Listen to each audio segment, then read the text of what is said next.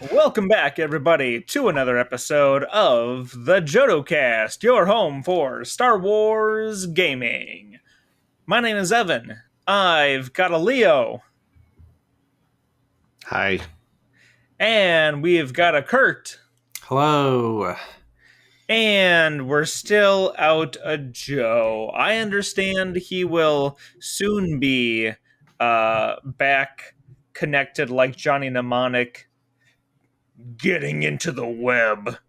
But I understand if he needs some time to recover from his move, as Leo probably He literally needs. doesn't have a computer right now, so That's no excuse. When has that stopped anyone from getting on the internet? it's not even. Never. So it's not even about recovering. He just literally can't be here with us. Why? I mean, we know he has internet at this point. Go to the library, record a podcast on the public Isn't that computers. what they tell everyone that's like looking for a job? They're like, you just go to the library and apply for jobs from there. Anyway, that easy. Thank you for joining us today. I'm here to be your humble and merciful DM as we discuss the remaining days that we didn't discuss earlier from our time at Gen Con. Yes, Woo-hoo! and if you're watching that video, you'll see I am back in my own house. I'm not at Evans anymore, so sadly. The chair is still here. Yeah. I'm gonna leave it here forever. Memoriam, just empty. I'll be Open for sitting Elijah. next. I'll be sitting next to Evan in spirit always. That's right. You're going to be my Force ghost, even though you're not dead yet. But, whatever. And of course, as always, we are joined by our wonderful, wonderful, gorgeous, and beautiful patrons. And, you don't need to remind me this time, the YouTube subscribers. Members? Subscribers? Members, yeah. The YouTube members. If you subscribe, that's not good enough. Take it to the next level. It's just not. It's just not. I mean, that's a fact. And you will get exclusive content, such as the Noodle Scooter Book Club. I mean, what more could you possibly want? What is best in life? Neuter scooter. Noodle scooter book club. Not the neuter scooter. You get the noodle from the neuter. That's not how that works either. And if you don't know what noodle scooting is, then it sounds like you need to listen to the book club to find out, maybe. Or go back and listen to really old episodes of our show. Which you should do anyways. Yes. You should listen to them, through It's a chronological show. You have to go through in order from the start. Otherwise, you're not going to get the inside jokes like this. Yeah. We need to have something into season 4 of Battlestar Galactica. You wouldn't do that. You wouldn't steal a car. You wouldn't steal a boat. You wouldn't not listen to the entire season, plural, of the Jodo cast. I see Ellington's replaced me. Oh, hello.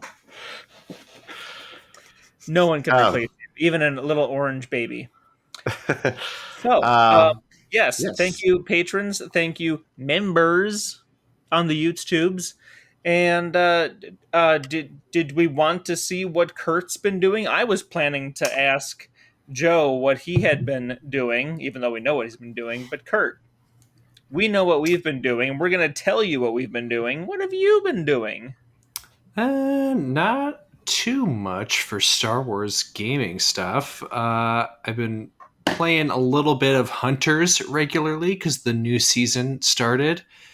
Trying out the new hero and stuff. That's been kind of fun. There's a new map that's okay. I haven't played any Star Wars Unlimited, but I got some new cards last time I went to the game store because their new location opened. Picked up a copy of Mandalorian Adventures, which I have not played yet, but it looks cool. So I'm excited to try it sometime. You should have done some Unlimited. Like this weekend would have been the perfect time to go to an event when like half the people who think it's are in our community were at Gen Con. Well, maybe not half, but You were able to ID there's several people 4 or 5 of us there. So Nice. Did you run into people while you were there? oh yeah. I mean, I saw Dan, from the main deck uh, YouTube channel. He was there, as was Jason, who is another guy from the channel, but he's not local to Fargo. But yeah, and a couple other guys there. So that was. I didn't end up having any events with them aside from Dan. On Friday night, Fantasy Flight did throw a small event for content creators where we got to sit down with the devs, and they gave us all a few packs, and some groups got together and they did some sealed with it. We did a little bit of draft, and so I ended up drafting had Dan in my draft pod when we did that. But yeah, I guess we can just jump right in though, talking about what all we did on Friday, what we saw at Gen Con. That was our first actual unlimited event. Friday morning was when we did draft. That was draft. Yep. That day was draft. Yep. What did you wind up drafting? I drafted a Bosk and a yellow Bosk. Just sort of, I did a little bit of stuff with bounties, and then like a little bit of like underworld type stuff in it. Honestly, I thought it was going to go very poorly for me. I completely lost my first match, put 0 damage on my opponent's base, just got destroyed. But I did win the next 2 matches I played. So it wasn't a total loss. And they gave us then for each win you got out of the 3 rounds we played, they gave you a bonus prize pack, along with the Grogus that they were giving everybody for participation. Nice. So these were not no holds barred, bloodthirsty cutthroat events that we played in. We were not in the big event. These were meant to be friendlies, with the biggest payout being 3 packs. So bear that in mind when we get to my grumbling. So did you play in that same draft too, Evan? Yes. Different pod, though. Different pod. It was actually kind of funny because even if Leo and I were standing next to each other as we were checking in for each event, we wound up getting put into different pods. So Leo and I never played against each other within the context of the events. We played each other after the fact, but not in the course of the events. Yeah, I just always ended up, which one of us was in front ended up getting put in as the last person in a pod, and then the other person would end up starting the next pod. So we just never ended up together during any of the events. Let's see, because we had let's see, what else do we have? I mean, besides the unlimited draft, we did an interview with John Leo a little bit after the draft was done. You can find that on our YouTube channel. And gosh, John is a really fun guy to talk to. He has really interesting philosophy as far as game design goes, and just when you talk to him, you're just like, wow, this guy, he comes off as being way smarter than me personally. I think anyways, when I talk to him, I'm like, gosh, this guy is so much smarter than I am when it comes to like game stuff. Yeah, I think you see, like, with all his answers, there's like a lot of thought put into, I think, like every step of the design process of this game. He couldn't say obviously specific details about the upcoming sets, but like he was so excited about everything too. So I mean, you can tell the designers really believe in the stuff they're working on and like what the new cards are going to be that we haven't seen yet. So Yeah. I thought it was a really good interview. Yeah, we did find out during our interview that the set 5, which is the Legends of the Force set, was sort of his baby. So be looking forward to hearing more from John about that stuff. We get to that point in the future, because that'll be what, June next year? Yes, June a year next from year now. when that comes out. Yep. June, July, somewhere in there. I think it'll be, well, oh yeah, no, it'll be July. Yep, beginning of Start July. of July. Yep. Yeah. That was sort of our big Am I Well, missing? I feel like I'm missing something else so- some other stuff we did on Friday.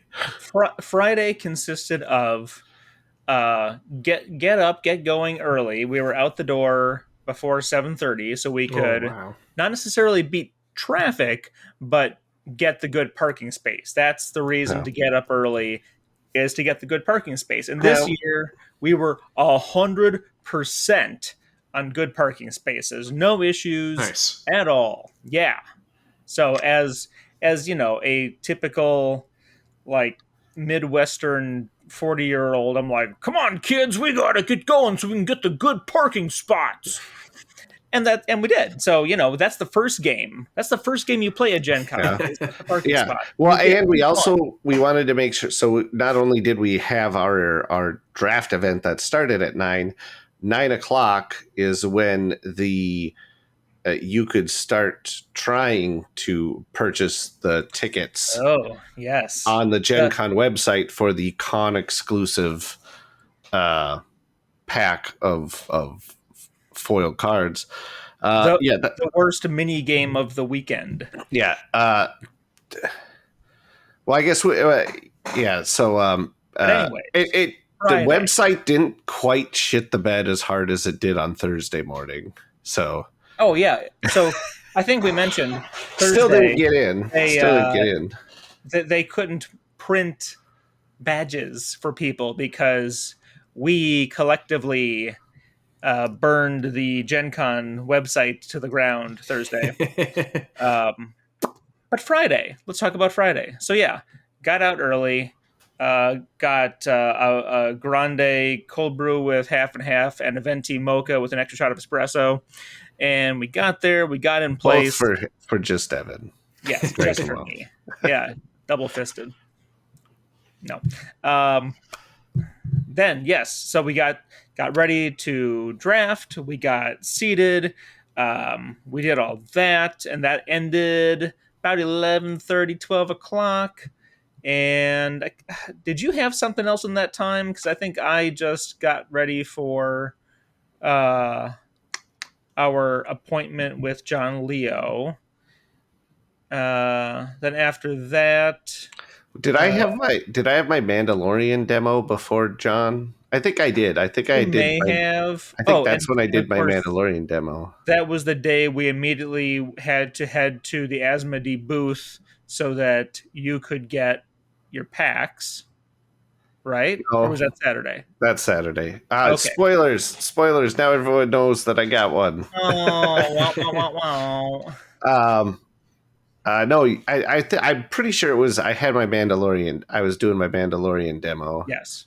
Then, yeah. So I got a demo of the new Mandalorian board game, and I did really like it a lot. I thought it was a ton of fun. I saw you picked it up here, Kurt. Have you had a chance to play it? No, and I haven't even read through much of the rules yet. Yeah. But like the components seem really nice. I'm excited. It seems like very unique in a lot of ways. Yeah, there's a lot of like I think the activation system, kind of like the activation system for the game is really interesting and unique in that where like on the board you have slots kind of for each different action, and like the main ones are like move, attack, intel, and plan. I think were like kind of like the four main ones, and then some actions have their own, or some missions have their own special actions on the board. But so you do the actions. You get to do 2 actions a turn by playing a card from your hand, and the cards all have like a strength number on them that says like, okay, if I play it in attack, I attack. If I got 4 strength card, I play it in the attack slot. Means I get to make an attack for 4 damage. If I put it in the move slot, I get to move 4 spaces. Kind of like that. But and then your card just sits there, and then once it hits 5 or more total power, because like other players will play cards in those slots also to do their actions. Once the total strength in that slot hits 5 or more, everyone gets their cards back.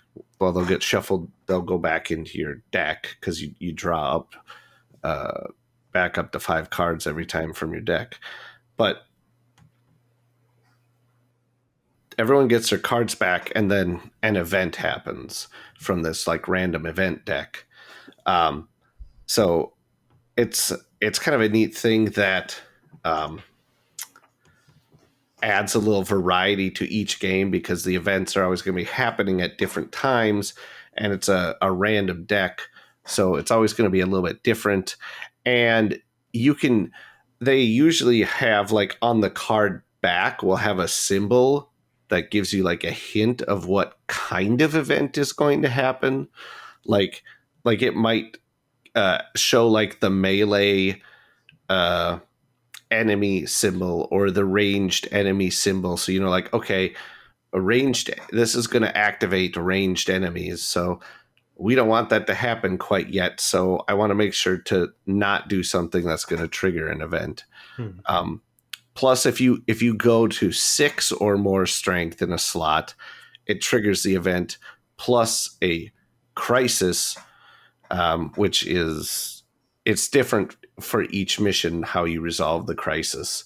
But generally, it's if you have like too many crises in most of the missions, that's how you end up losing, is by having a crisis occur too many times.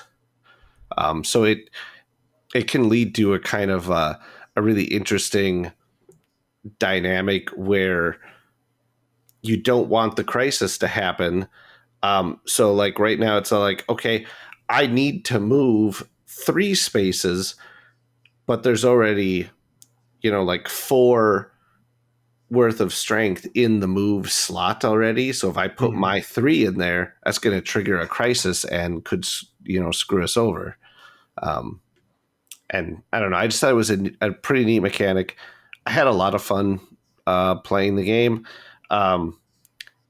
Picking up enemies and throwing them into each other to kill them with Berg was awesome.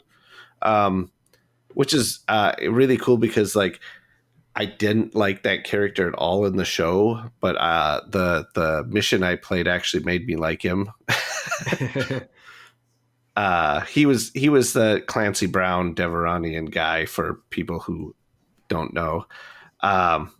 Yeah, because there's like 7 or 8 different characters to pick from. They're all from season 1, from different episodes. So you're kind of like sort of playing season 1, but it's kind of like remixed because, like you said, there's different stuff happening. It's not the exact same. Yeah, and like each mission is kind of meant to be an episode from the show. Like the mission I played was the break the guy out of prison, out of the prison ship episode. So, and I will say that's where my one worry about the game comes in, and I'm not going to know for sure about this until we sit down and play it a few times. And that's how much replayability does the game end up having? Because I think there's 4 missions in the book, I think is what I saw. And they won't be the exact same every time, but maybe they'll be close enough that, I don't know. I am curious to see. It seems like there could be a lot of replayability, but I don't really know without having tried it a lot. Yeah. So. Yes. That's the other thing is like a lot of like your objectives are like these face down tokens that you end up dealing them out to like the objective spots on the map kind of randomly for the most part. So like that's always going to be a little bit different for you too. So figuring out where you need to go to complete the mission and stuff. So it's always going to play out a little bit different. But at the end of the day, it still is just that same scenario each time. So Yeah. I don't know. That's going to be something we'll have to see after we get a chance to really sit down and play it more than, just like once or twice. Yeah. I'm also really curious to try it out and see some of these sort of legacy light looking esque elements. Like there's the big envelopes with stuff inside you're not supposed to look at. It's not like true legacy. You're not like ripping stuff up or anything, but it's like what's in there and how will that change it too, From what I understand, it's a little bit like have you ever done like the Harry Potter deck builder? No, I haven't.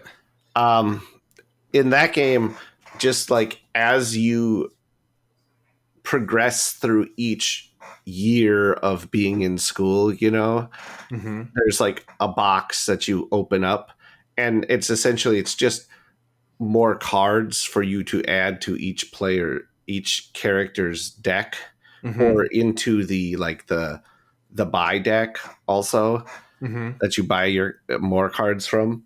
And I believe that's kind of the same thing, as most of it's just like more cards to add to your character's deck as you go on, and like as you progress through the missions and sort of become more powerful. Yeah, that makes sense. So yeah, like you said, it's sort of like a legacy light, because there's nothing that says you couldn't just take all those and put them back inside an envelope and say, Yeah. Yeah. But I know Joe's really excited to get his hands on it too. We'll end up doing some type of review video or episode or something. Hopefully not super far out.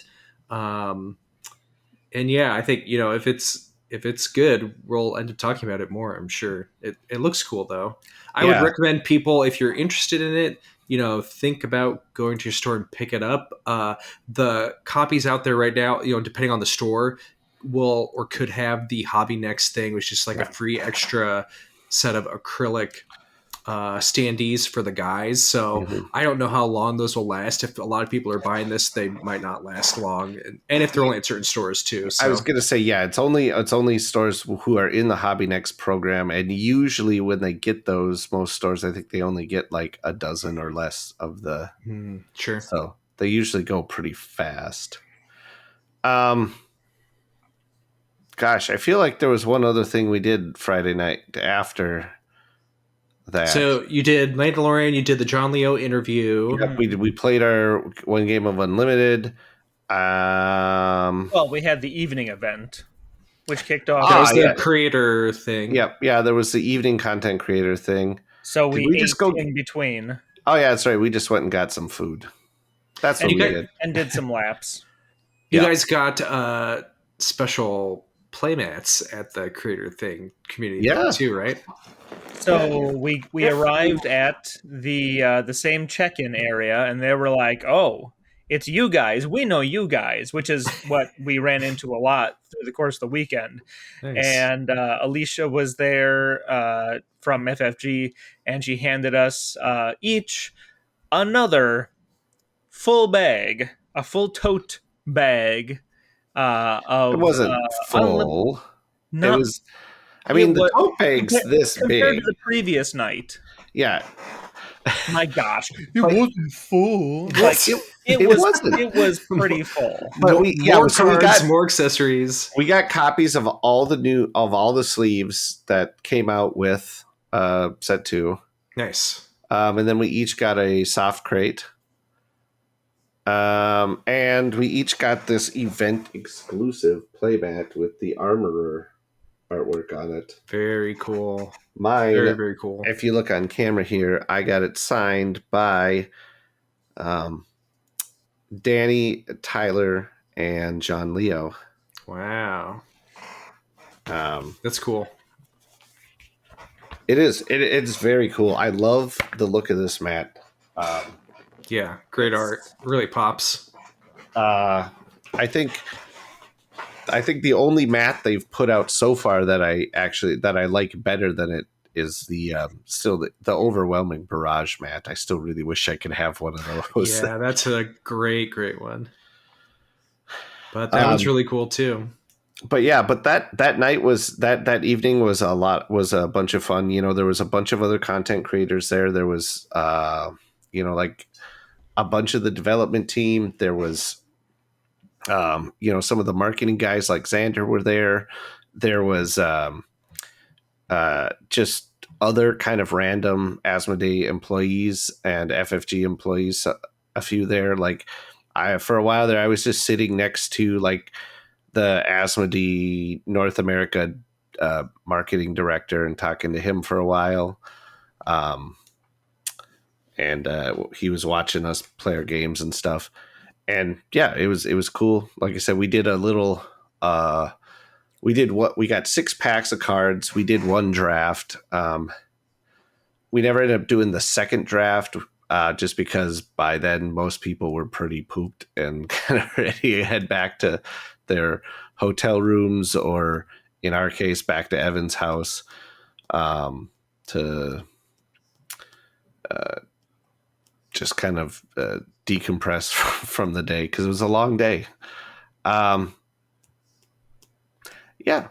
So day one, or no, that was day 2, I guess. Day 2, I forgot. We already talked about day 1 in another video.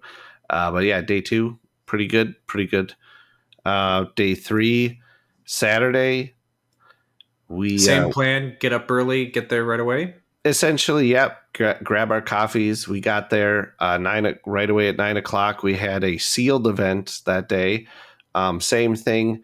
Also, we're sitting there furiously resubmitting our wish lists on the GenCon website at 9:00 to try and get the ticket for the exclusive packs. That did not happen in that 9:00 window. But I did end up getting packs, because what I did is, when you submit your wish list for processing, if you get in, they put the item in your cart for 2 hours. So I figured there's probably gonna be some who drop off. So then, starting at 11, I started resubmitting my wish list again, and that's when, I think about quarter after 11, it went through for me.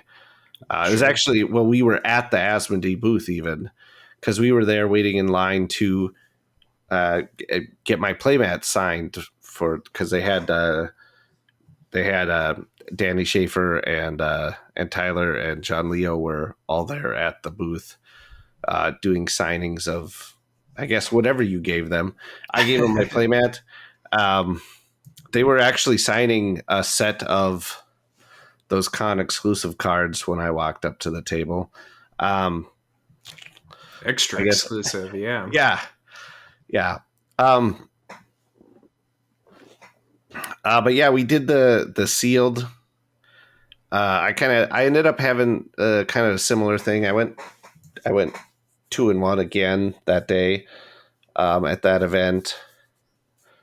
And then when that was all done, yeah, that's when we kind of went over to the Asmodee booth. What leader did you end up playing in sealed? Gosh, I think, trying to remember now. Played so many games of Unlimited over the weekend. Probably It's honestly hard to remember Yeah. what I played that time. I believe it was definitely Villainy, I'm pretty sure. Well, it was either Bosk or Cad Bane. Those are what you played through the weekend. It wasn't just Cad Bane? Yeah, maybe. Or Bosk. Yeah, that must have been Cad Bane then. Nice. No. What about you, Evan? Did sealed go pretty good? Neither draft nor sealed yielded any real results for me. Dang. Although sealed was a closer set of matches than draft was. Draft, I used my pool of leaders was consisted of Cad Bane, Bosk, and Fennec Shand. And it was a coin toss of whether I went, because I was going to go either red yellow, but then it was going to be either villainy or hero, and it was just kind of looking at what other cards I had in those two areas, and I went with Fennec, even though she failed to perform for me compared to how I knew either Cad Bane or Bosk would have performed, but Mm-hmm. it was a judgment call in the moment based on my pool. And it did not go well. Like, not a single one of those matches was terribly competitive. But then on Sealed, I went for. Oh boy, now I'm trying to remember. It was not that. It was, and it wasn't that either.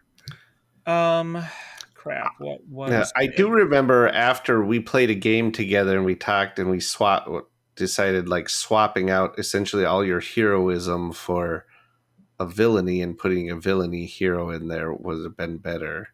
For the Fennec Shan deck? Yeah, Was that what it was? Okay, yeah. yeah, I couldn't remember. That was because we were able to swap one for one villainy for heroism and then trade out. It was red. So it was aggro for the base and cunning for the leader, and yeah, it was able to just swap that. My sealed was, I don't think it was. Oh crap! I don't think that was my Ray deck. It might have been. Actually, it might have Like been. Han or something, or I ran Han and Luke for Twin Sons. oh, That's okay, the next day. But yeah, I cannot for the life of me remember now what my sealed was, even though it ran much, much, much better. It was a blue. It was a blue deck, and I was able to. I had very strong starts, like to the point where I could see my opponents like wilting, visibly wilting in front of me, and mid game they caught up. sure, So yeah, I only played two matches, or I played two games. They were only single, best of one matches, so okay, they were one game, Yeah, and my third opponent did not show up, so I did get a pack off of that. But yeah, I was much happier with how that turned out. And by the time we got to the next day, my feel for the format or for the set had matured, and I was able to make more informed choices after that. yeah. Well, and I nice. think also, you were starting to also get a little bit more experience just with the game in general, because we talked about how, like, by the end of the weekend, you kind of realized some misplays you had done where you were like, oh, I should have, used my units on the board first before I worry about Yeah, playing something from my hand. Mhm. some of those fundamental choices start to click that aren't necessarily obvious at first, and there's this kind of like killer instinct that starts to Yeah. develop. Yeah, I mean, especially when you're used to, like, Evan plays a lot of Magic. Mhm. So he's used Put all your to, stuff out, do whatever order. Yeah, yeah. Yeah. But once you start doing the back the and forth trading. actions, then there's a lot of different sort of math that goes into Yeah, determining what you want your next action to be. I think then after all that, after we got my cards, which I do actually you want got. to flash them on camera so we can see?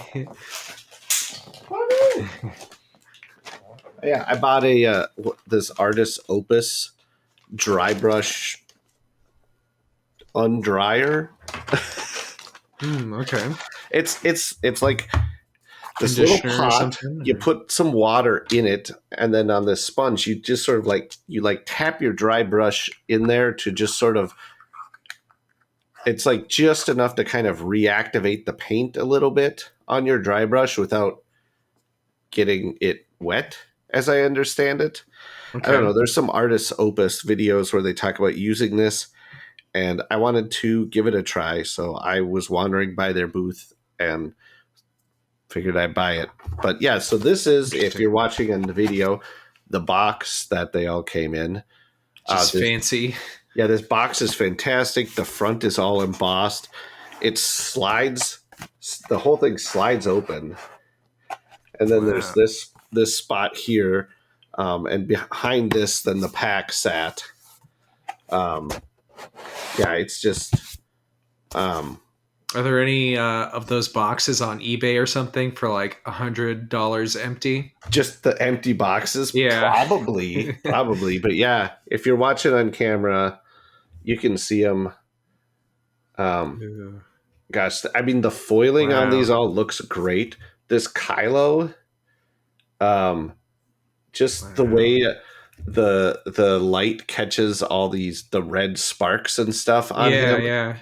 is like, this one's my absolute favorite of the 6 cards in the pack.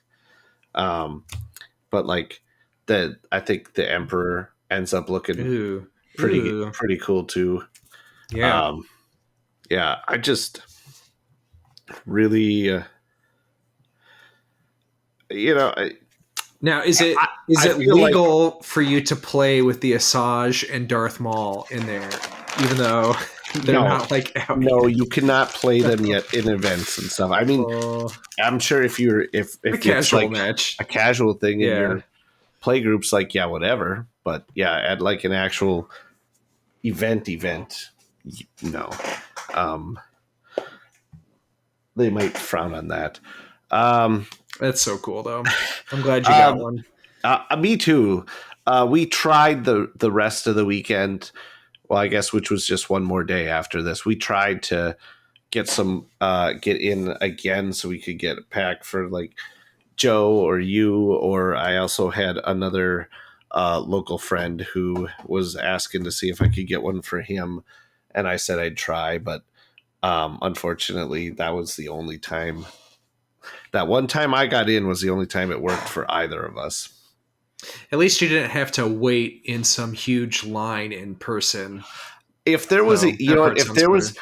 if there was a big old line like SDCC, I just wouldn't have even tried. Yeah. That's just, I'm not going to do that. Yeah.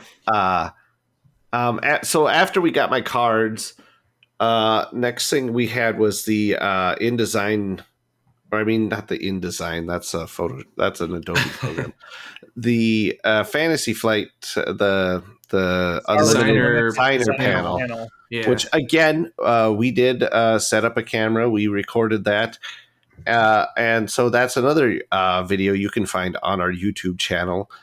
But again, it was just really cool to hear the thoughts from the designers. It was very much similar to like their live streams that they do with the designers, just not live streamed. Yeah, and Xander again, even called it FFG Live. yes. Yeah, I So thought there were a lot of good questions and interesting behind the scenes tidbits in that too. So I definitely recommend people take a watch of that because it was pretty interesting. Them talking. Again, they can't like spoil anything, but they can kind of you can hear the excitement coming through of what sets they're interested in. yeah, So, yeah, just some of their like little hints where they're like, oh, I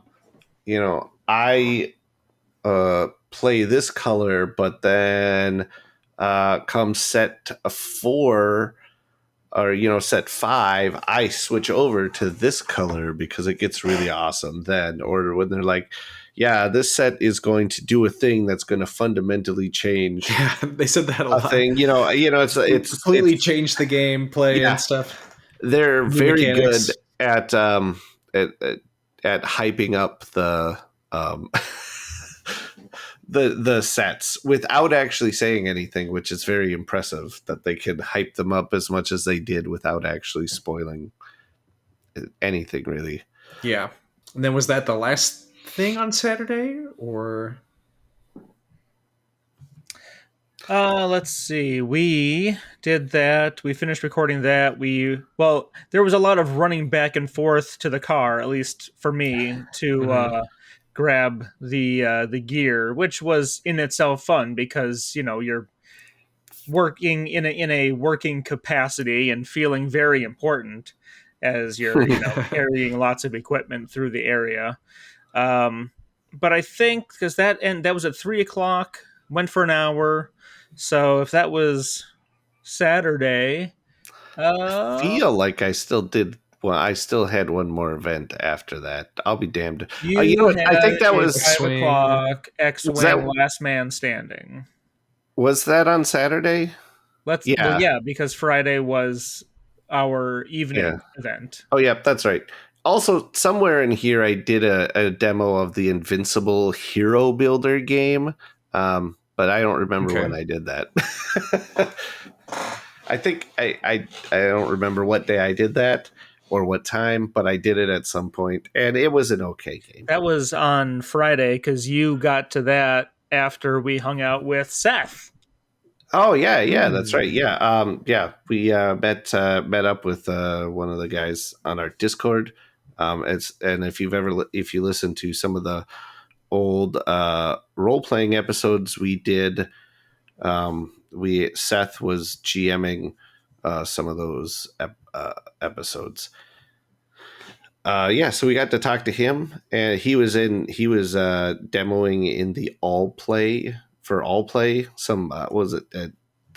I don't remember the name of the game, but you put camels out in the desert, made trains of camels.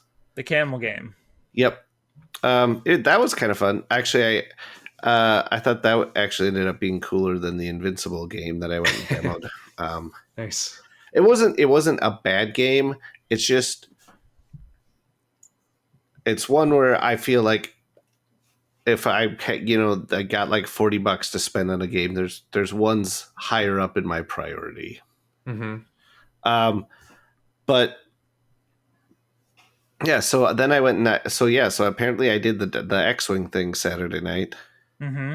And I Um, attended the D&D Onslaught Miniatures skirmish game, Hmm. Learn to Play, because I own Okay. it, but I hadn't really sat down, taken the time to learn it. And so I did that. Leo did his thing.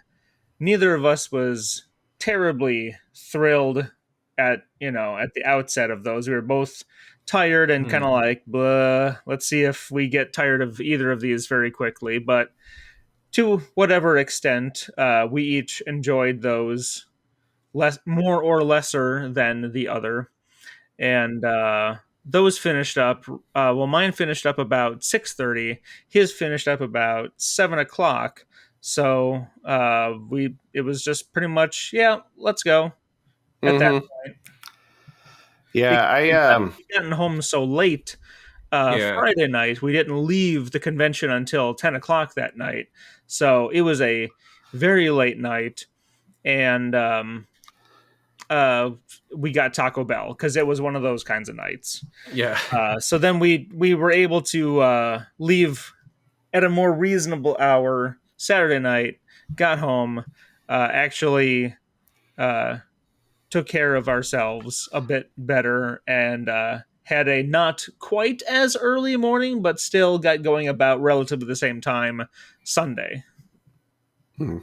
Yeah, that X-wing Last Man Standing was kind of a neat, an interesting homebrew uh, scenario where it was basically just so Like a single ship. yeah, everyone gets one ship. You just fly around, and then you get a point every time you get the killing blow on someone else. And then if you die, you respawn at one of the respawn points around the edge of the map and keep flying. And there's a little bit of other stuff. They had like some kind of goofy rules where um, everyone had every ship had two energy. Because these were all the ships we were flying were not ones that would normally have energy. So Mm-hmm. everyone had two energy tokens, and then you could spend one to either regain a shield, recharge a shield, or you could add 1 die to either an attack or a defense roll. Well, that's kind of cool. Yeah. Um, So it kind of feels like power balancing a little bit, you yeah, know, a little bit, like a little bit. in the video games or whatever. Um, Yeah, it's cool. And so it was really interesting, kind of playing with. Like I was one of the only guys who had played like a ton of X-Wing there.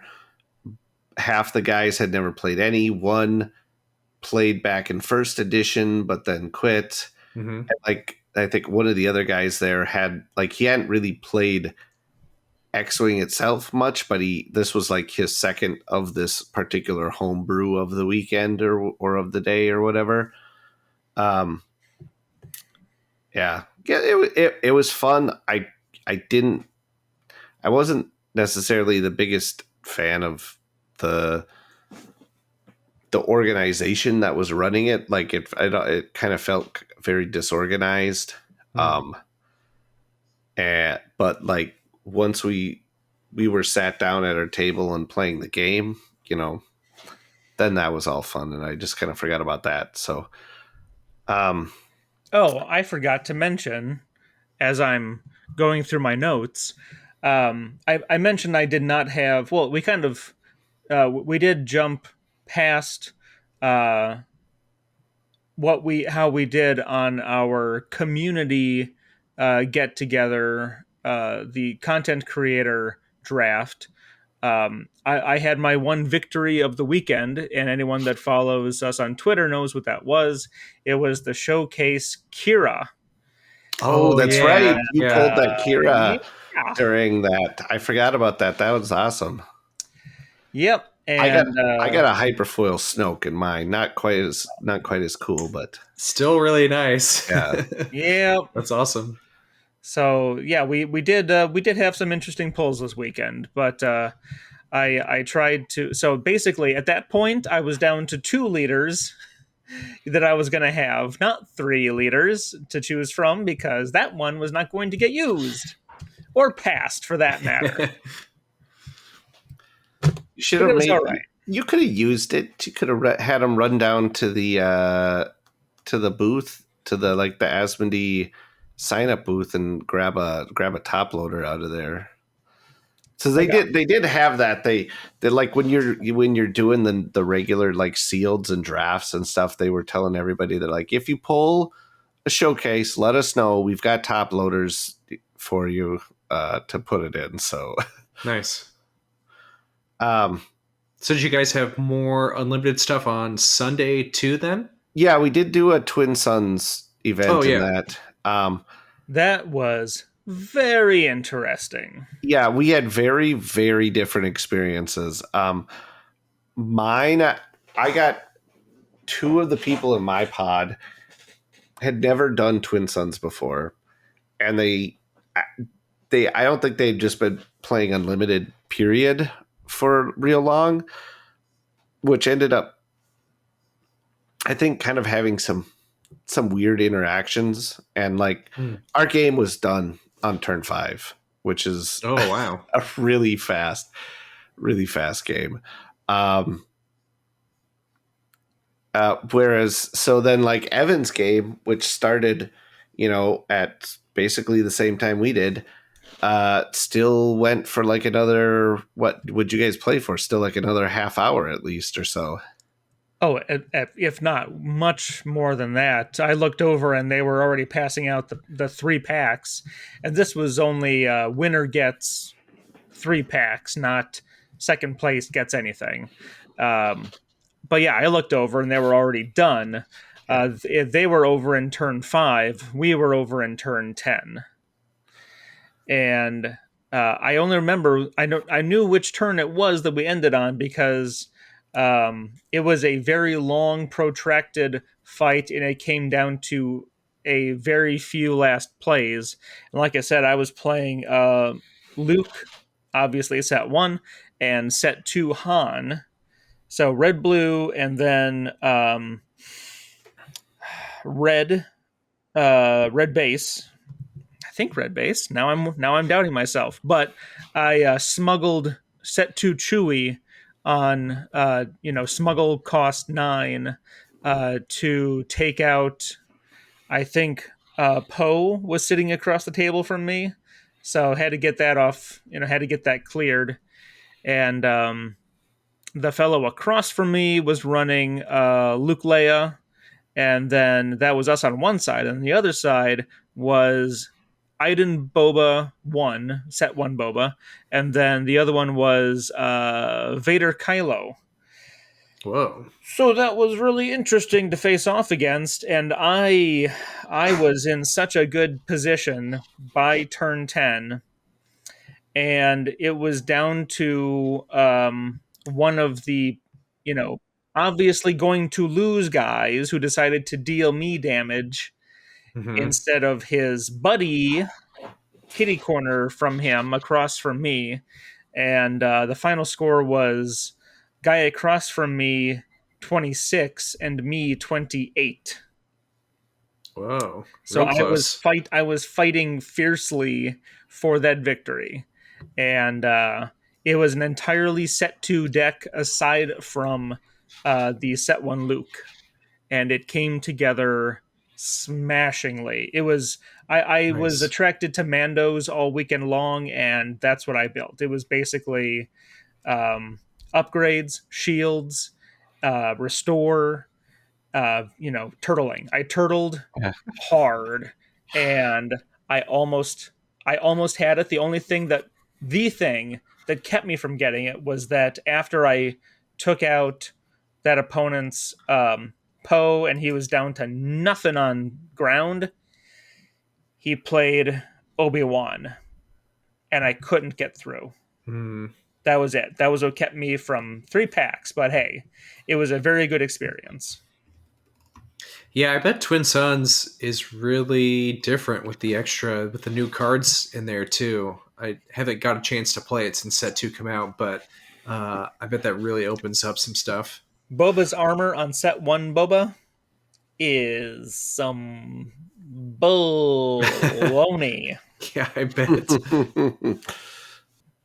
Yeah, I think then after we were all done with that, about the only other thing we really did that day was, well, no, I guess I did 2 things. Well, first we went and we had an interview with Will Schick from Atomic Mass Games. Once again, go watch our YouTube channel for more from him. But that was a really great, that was a really great one too, just because he basically had nothing else on the books for Sunday, so we were kind of just able to keep going as long as we wanted to. As long as we kept having questions for him, we ended up having about a 45-minute long interview with Will. And if we didn't say it, if we didn't mention it immediately after our the press event from Wednesday, yes, that was thanks to Simone for making sure that happened. So big thanks to her for making that exchange happen as well. It was. I just want to emphasize how great it was to not just be recognized by these people, but to be on such a good communication stance with them, and to be, more, friends. I guess I would call us friends. I don't know if they would just call us, very nice acquaintances, but we are made to feel at least like, we are friends in this space. And you know what I learned? I think this is when you were still grabbing the tripod. I was just sort of talking with Will Schick, and so he was telling us. So the trophy we gave them for Shatterpoint, that's Simone keeps that one for herself. She hoarded that one, but the Legion one is actually in a display case at the Asmodee North America offices. So Oh, good job, apparently, Joe. yeah. So Nice. that was kind of cool to learn that it wasn't just like they didn't take like that one photo with it that they sent to us and then toss it in the bin and like, yeah, whatever. Maybe we'll get to do a tour up there someday. That would be kind of cool. Yeah, I kind of talked to Will about that. He's all like, it's really not a very exciting place to go. It's mostly just. He's all like, it's mostly Like just a a smaller- cube farm. There's like Yeah. not really anything to see, except for like, yeah, there's like a couple little display cases where it's just like they have like all the different Legion boxes and stuff like that, and like our trophies in with that stuff and some things like that. So. It's cool, though. But talking with Will Schick was really cool. Obviously, we were talking. We specifically we talked about Legion and all the big New rules stuff. updates Yeah. that they announced during Mini Stravaganza, and yeah, it was just really kind of neat to sort of pick his brain a little bit, hear a little bit more about the thought process that went into some of these changes and their reasoning for making them. I think after, kind of like knee-jerk reaction when the stream happened was like, oh my God, are we doing this again? Mm-hmm. For Legion. But sitting down, reading through the rules changes after the stream was done, I did like most of their changes. There's some that I'm still skeptical about, and I do want to. I still, because of Gen Con, haven't had a chance to sit down, play a game with the new rules yet. So I'll be really interested to see how it all actually does play out. Some of the stuff with like the turn zero, or not the turn zero, the like deploy Walk on type stuff. walk onto the board kind of stuff. I'm not sure how I honestly think that's going to work, if that's really a meaningful change or not. But I think the mission building in turn zero and stuff seems really interesting. The some of the cover fixes definitely seem interesting. Doubling the sizes of some of the units is going to be cool, because I'm one of those guys who just likes to have a lot of dudes marching across the board. Mm-hmm.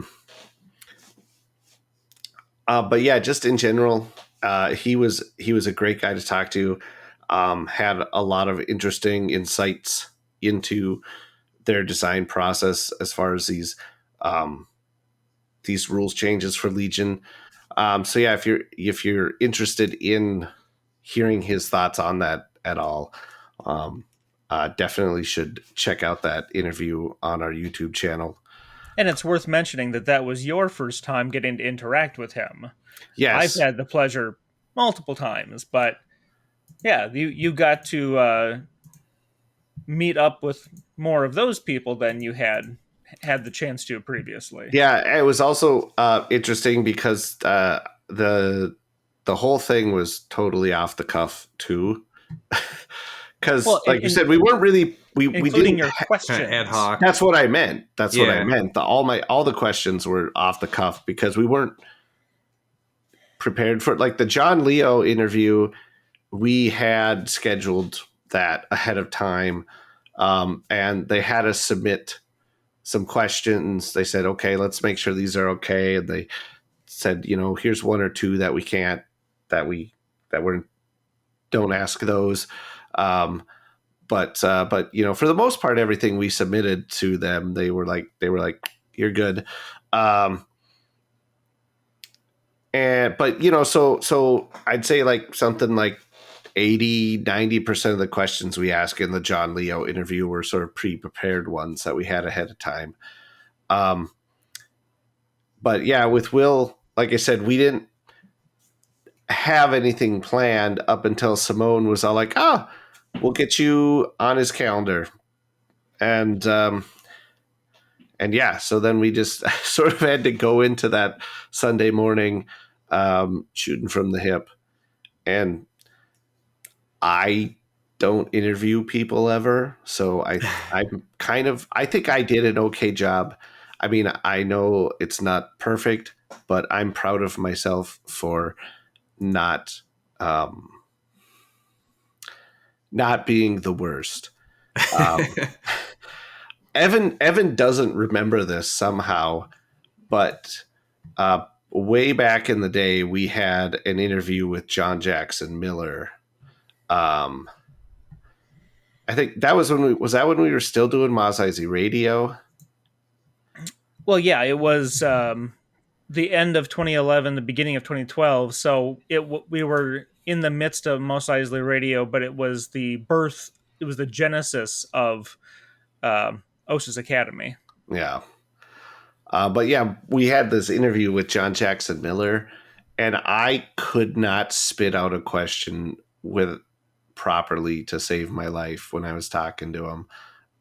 It was the worst. I kept having to like go back, and I can't believe Evan doesn't remember, because he had to edit out so many just mess ups of me asking questions from that particular episode. Because it usually took me about 5 tries of trying to ask him something before I would make a coherent sentence. But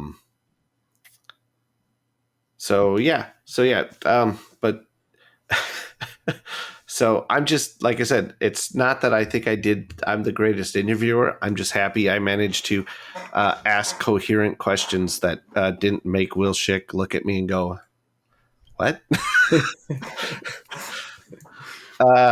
And yeah, I'm really selling the interview for people.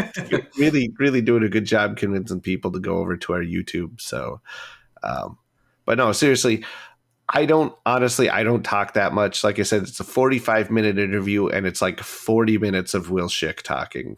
So yeah, I think that's the key. If you can like get him going on the topic and just let him get into it, he'll drill down. Yeah, and like I said, there's a lot of really cool stuff in it. So yeah, go check it out. But yeah, after that wrapped up, I did my last thing of the whole con. Then was I had a pod racing homebrew game that I did, and that was pretty fun. They had the little like micro machines. Pod racer toys, or were they Hot Wheels? I think it was actually the micro machine ones, like the die cast ones with the little wheels on them. And they had ones for, so you could have like a dozen different pod racers or whatever, basically all the ones that were in the movie. And every racer had a stat, like essentially like a speed stat. So you would start out with a base speed that was usually anywhere from like a 7 to like 13 or something like that. And then you would also roll a D12, add your speed and your D12 together. That's how many spots you get to travel. And there's the whole track is a bunch of these pod racer sized rectangle spots that you can move along, and like just spend one of your movement points that you got to move forward. It was 2 to like you would move forward and change lane. And yeah, so and then every racer had different abilities. Like I ended up getting Sebulba, and my ability was that if I end my turn adjacent to another pod, I deal 1 damage to them. Nice. And then we were on the Mustafar track, so there was a few different hazards. Like if you ended your turn in some certain lava stuff, you would take damage. And there was a few other things like that. There was a moving platform that every couple racers' turns, the platform would slide back and forth. That was kind of cool. And yeah, so we just you just raced around the track. I was out on a way early lead because I was rolling. I rolled an 11 or a 12 every time on my D12 Wow. up until like the last turn of the game. I'm like, I'm like 13 spaces shy of the finish line, so I could roll almost anything and get to the finish line and win. I roll a 1, which means I can only move 11 spaces though. So I ended up getting second, even though I was like ahead essentially the whole time. But the guy who did win was a guy I talked to a whole bunch when we were racing. He was a really cool guy. He was fun to talk to. It was like his first Gen Con. But even winning second place, I did get this Ahsoka Tano artwork. Whoa. That's great. I don't know who the artist is. I think this card inside here probably says who it is. But yeah, it was a pretty cool little piece of artwork. I think they gave artwork to all first, second, and third. I forget what the first place guy got. The second place or the third place person got a piece of Jar Jar art, which I thought was funny. Well, I think you must have done that before the designer panel because you nearly left it there. Oh, okay. I guess I did that on Saturday. Whatever. It sounds cool though. Like it sounds like it was a fun event. I'm honestly a little surprised there like isn't an official pod racing board game like that. Like they could almost like convert like Heat, the Formula One racing board game, into pod racing with a few changes. Well, there's several different like racing board games out there that could be converted fairly easily. Yeah. But yeah, I think this was cool. I wish I would have had more time to kind of do a little bit more of these like little homebrew events. It's cool that people are putting those on at all. Yeah. The other thing I am sad is that I did not get a chance to do any of the Decipher CCG draft cubes this year. They just every single one of them, like there was one on, I think there was one Thursday, Friday, and Saturday, or it was Friday, Saturday, Sunday. No, it must have been Thursday, Friday, Saturday. There was, or maybe there was only 2. Anyways, the times all of the drafts didn't start until 7. So like Thursday, it wasn't really going to work because we had to get Mandy to the airport. Friday we had the unlimited get together with the designers at 7, and Saturday it's just that was just too late. Well, actually, originally we did have something else scheduled. No, or was that Friday at 7? At any rate, I was just going to be too late. I mean, because you wouldn't even start drafting. The event was scheduled to start at 7, which means by the time they pass out packs and get everyone set in their pods and stuff, it's probably closer to 7:30 before you even start drafting. And then, like, going on, 8:30 or so to before even you start playing in any games. I assume some of those matches maybe take longer than a typical unlimited match too. Yeah, I think especially so. Like, I will say though, like the CCG, there can be like, at least among, if you're like an experienced player and stuff, they can be over very fast because it is really easy to get in situations where just after like turn 2, you can be down enough to be like, oh, I can't come back from whatever he did, Mm-hmm. I mean, you could still keep playing, but just knowing that it's all going to be futile and a waste of time, kind of. Mm-hmm. So I didn't get to do that just because the times just didn't work with anything else I was doing. So I was a little sad about that. Because that would have been really cool. I did have a ton of fun back in 2018, the last time I was there, and we got to do the CCG Cube draft. So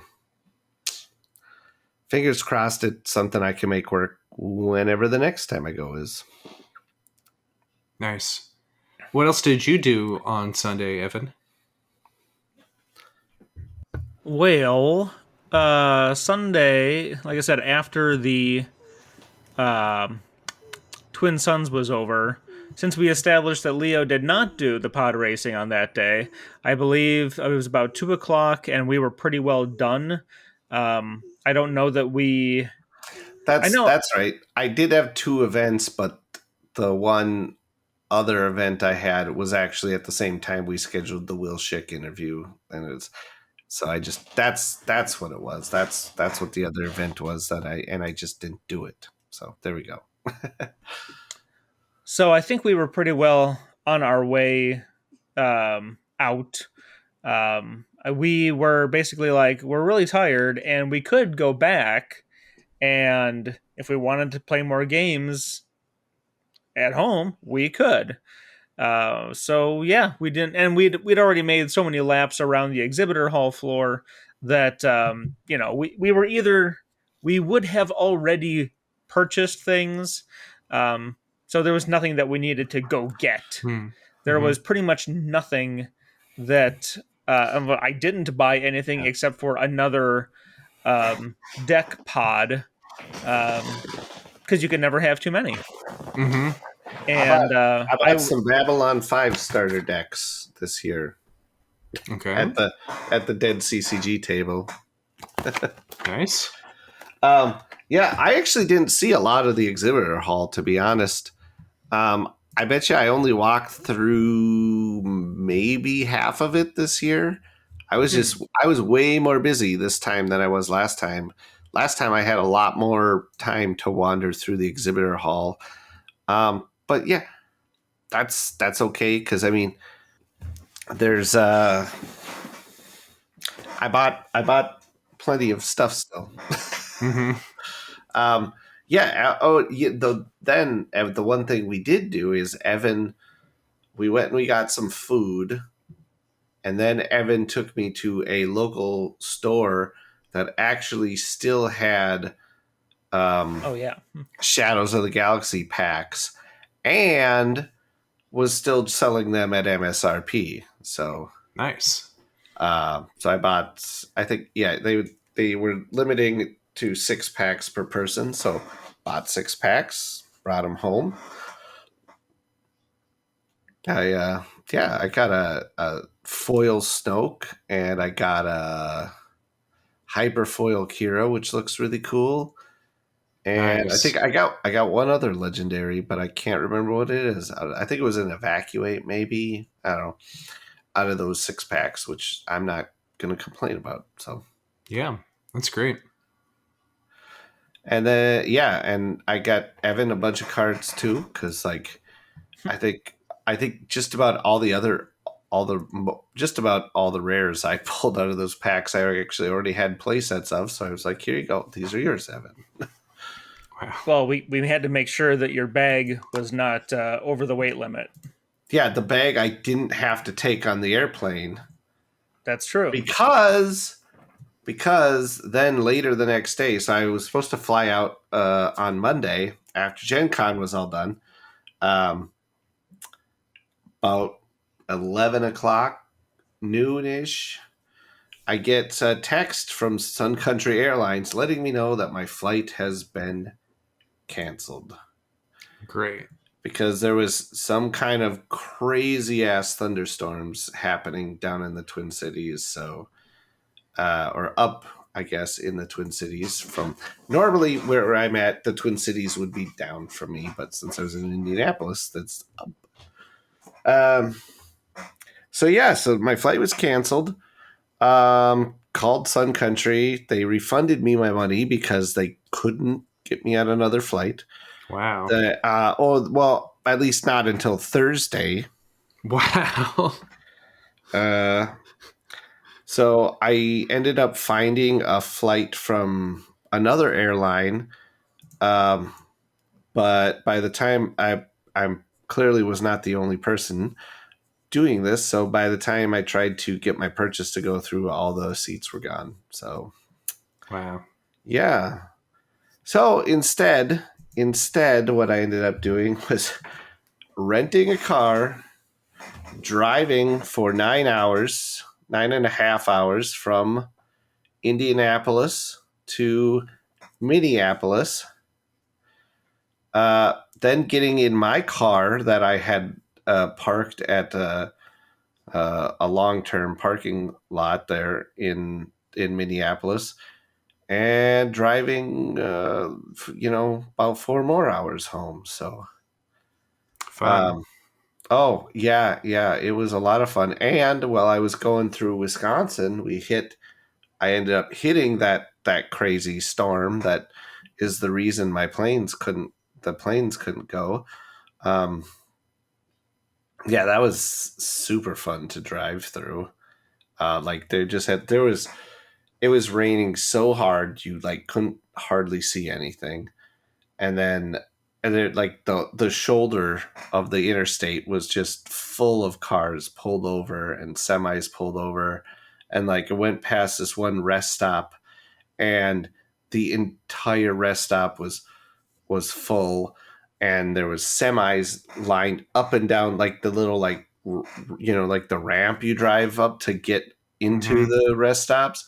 They were parked all along there on both sides all the way out to the interstate. Yeah, it was pretty crazy. uh and then once I got like this side of the cities and was starting to head home now in my own car, then all switched from rain to fog that you couldn't see Whoa. through. So, Say snow. um, Yeah. so it was just, yeah. And like by that point, I'm now uh, going on having been up for just about 24 hours. It had been, by the time I got home here, brought all my stuff in, and was finally laying down in bed, it had been about 24 hours since I'd uh, gotten up the day before. And yet you So, still had the wherewithal to upload your videos. well, after I slept some, Oh, okay. That's fair. yeah, it was, yeah, don't buy gas station venison sticks in Wisconsin, and learn that lesson. Um, that wasn't. Where let's just say it wasn't great. Some emergency stops. There was no stopping, but Just out the window. just out the window Oh, okay. while it's downpouring rain. Mm-hmm. Yeah, yeah. You ever try to vomit venison sticks out the window of your car while driving down the interstate in a thunderstorm? It's an experience. I mean, it's better to Yeah. do it while it's raining. I guess so, in a way. Um, I was at home. That's probably That's the the end of best that way story. to travel Yeah. to Gen Con. Just live there. Yeah. It's not so bad. yeah, so yeah, came home, finally went to bed, got up, uploaded the Will Schick stuff, and that's the end of my Gen Con story for this year. Sounds like a jam-packed weekend / week. It was definitely the busiest I've had in the whole 12 years. I thought some were busy. This was crazy. This was crazy busy. Yeah, I mean, just the fact that we added it crammed in on top of all the stuff, you know, three or two two interviews, a press event the day, the pre-show day, the trade day, and then also the designer get together. Just just those adding those couple things ended up it really, filling out what normally would sort of be like those lulls in your schedule. You're like, okay, I can go get some snacks from the food truck, or Yeah, things like that. I only got one beer this year, and it was definitely not the official beer because I was not going to have a cinnamon roll beer made with lactose out in that heat. It was unpleasant outside, to It say was the least. so hot this year, so Yeah, hot. I sweated a lot. and we only partaked of the food trucks uh, the One one time. time, and you by far had the superior food choice. Yeah, yeah. I went to this Filipino truck that had some really good noodles and like these um kind of Meat like, on a stick. yeah, chicken skewer things that were just, or was it? No, I think I got the pork skewers. Either way, they were really good. They were really good. That sounds good. I mean, what I had was good. It was a crawfish po' boy. But I mean, when I saw the noodles and the meat on the stick, it's like, well, I made a good choice, but he made a great choice.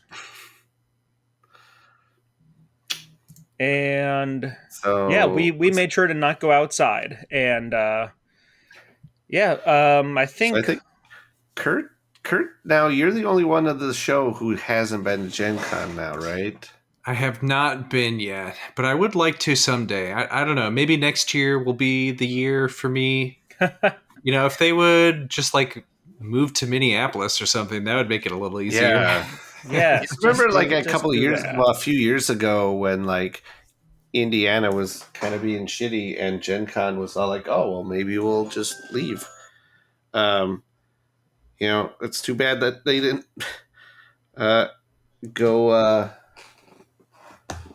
come to, yeah, like you said, come to Minneapolis or something. That'd be way easier for us. Come to Fargo. Fargo's Yeah. they can hold it in the Fargo Dome. That's as big as the Indiana Convention Center. Totally. With 5 hotels and a football stadium and a converted train station. Oh yeah, did we tell you about the train station, Kurt? I don't think so. So the Wednesday night event, the Asmodee press event, was held at the Crown Plaza. It's a standard downtown fancy hotel, but it is connected to the former Union Station, as in train station, of downtown Indianapolis, and it's been preserved slash converted such that there are in fact train cars that are hotel rooms, and you can stay in Okay. a Yeah, train like you car walk hotel through room. this big open area and it's just got like 4 train cars sitting in it. Um, and you can go down into the basement of it there where it's like where you like actually are going down into the old station, and it's just this cool old stonework and like stained glass windows and stuff. I don't know. That was we only ended up going down there because we actually took a wrong turn when trying to find the Asmodee event. Well, we made the mistake of listening So, to some well, yeah, okay, yeah. talkative busybody from the elevator. Well, it's because so there were signs for this place down in there for the that was it like the grand ballroom or grand, Yes, Grand oh, Hall was what the the grand signs hall. said. Yeah, for the Mm-hmm. grand hall, but we were looking for the grand station Station Ballroom. ballroom. And we just thought, oh, maybe but there were no signs anywhere pointing the way to the grand station ballroom, just signs everywhere going to the grand hall ballroom. Mm-hmm. So we went to the wrong thing. But we got to see the cool, like I said, the cool like train station area. So Yeah, that's cool. and we were still at the Asmodee thing early, even with that. Yeah. So yeah, Oh, it would be really cool if you could get there. Next time, Kurt, because I think you'd have a lot of fun. Yeah, hopefully we can make that work out. Sorry, you were saying one that? more thing? Yeah. Oh, I couldn't recall if we talked about. Oh, everyone's got a cat but Leo. If we talked about our events that we had with Mandy much, we might have just mentioned them, but they were a lot of fun. I think we talked about them in the other video we Did we? had. Okay. Well, I just want to be sure because they were very worthwhile. It's easy to get, or rather, to spend all of your time on the big hot ticket named games at Gen Con. I mean, it was definitely interesting to do like the escape room. Like I said, I didn't even know they did escape rooms. So yeah, so that was cool. Yeah, looking forward to the next time I go. I don't know if that'll be next year or not, but I hopefully it won't be 4 years like it was, or no, 6 years. 6 years. So Yes, 6 years the 6 last years. time I went. Hopefully, less than 6 years from now, I will be back again. Because I would love to go do unlimited events again. Especially since it's going to be like that's going to be the place that they're going to be doing their first reveals of the next 3 sets down the road again. So, all that's a that very kind of good stuff. point. So, who knows? We'll just have to see what happens. And I guess now's a good time for Kurt, if you've got any questions about anything that you're curious about, anything we didn't cover, or you had some revelations while we were talking, go ahead. The floor is yours. If not, that's fine too. We won't hold it against you. I don't think so. I feel like that covers it all. I would hope so after we've been blabbing for an hour and a half. I've already watched the interviews, and I thought those were really good. We don't need to do more of a recap on those, but yeah, definitely recommend people watch them because those were really fascinating. And I know I just gave you the floor, but I want everyone else out there to know that you did all of the work, I believe, on getting them ready for publication. Leo and I just hit record and then uploaded them to the drive and said, take it away, Kurt. I think doing the interviews is the hard part, but yeah, we tried to tag team it a little bit.